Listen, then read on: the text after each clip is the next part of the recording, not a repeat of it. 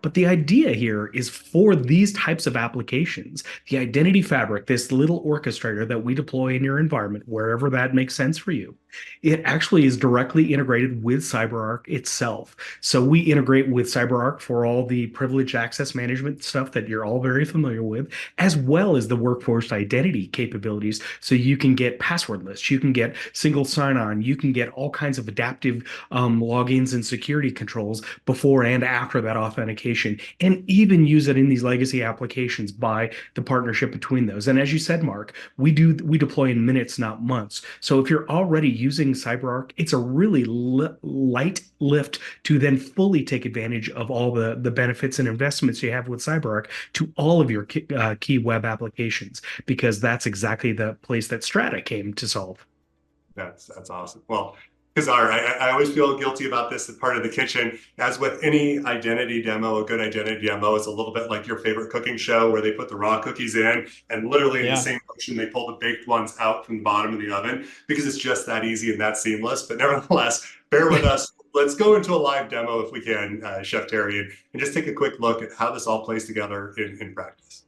Absolutely. And so we're going to show you the finished product here. So what this is a SiteMinder based application that has previously been protected by SiteMinder. And what's happened prior to the show is I just turned off the SiteMinder agent. It really was kind of that easy. I went into whatever web server it was, I decommissioned the agent, and then you put the orchestrator somewhere in front of that. You may put it up network, you may put it on the web server, you get to decide.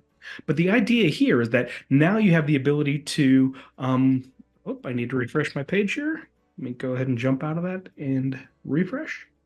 Great. And again, to all of the great security capabilities with CyberArk is that they knew that I'd been on this page for a minute or two, and they That's it. That's it.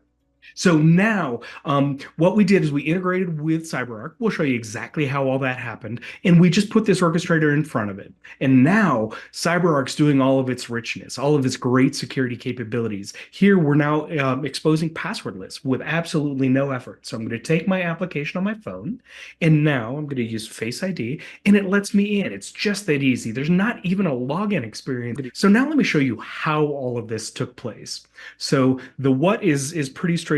Again, this deploys pretty darn quickly. But now let's show what it took to build all this. Here is the CyberArk Identity, Workforce Identity platform. And all I really had to do is create a new web app. Here we have several to choose from. As you might have noticed in my browser, this is Maverick 7, my demo environment. And all I had to do is create a relationship, a trust relationship between CyberArk Identity and the fabric. So in this case, if you're familiar with this already, you're just metadata exchange between CyberArk and us so that they trust us, we trust them. And then that really is the whole level of integration between CyberArk and us. But there's a bit more on the Maverick side. Mavericks is the name of our orchestrator. So here we actually just have three different steps for these legacy applications. The first one is do the parallel configuration with CyberArk. So from our perspective, we just traded that metadata back and forth. So we both know to trust each other and how to identify her and these other things.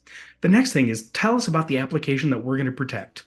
In this case, this Canary application is a SiteMinder based application. So we're going to be a proxy. So we use our proxy application. And really, in order to protect this, all you need is what is the URL that we're sitting in front of.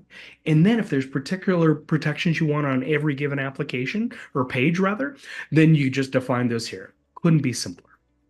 And then you stitch those together in a user flow so that here we can take a look at the flow that we built. We've got the Canary application, and then we're just setting a very simple policy here. In order to get to this application, you have to go through Maverick 7. But the application previously knew who users were based on the things SiteMinder did for them. In the way that SiteMinder traditionally does that, and probably 95% of the time, is it creates what's called headers. Headers aren't hard to understand, but the idea is that they're not natively what modern platforms like CyberArk Identity just deal with, because these are old Right. applications. And so what we do here is we just say, fantastic, the application's expecting headers, Strata gives them headers. The one that SiteMinder uses starts with SM user, and we say, great, we're just going to give it the email that we got from CyberArk. Maybe they need first name, last name, department, who knows what.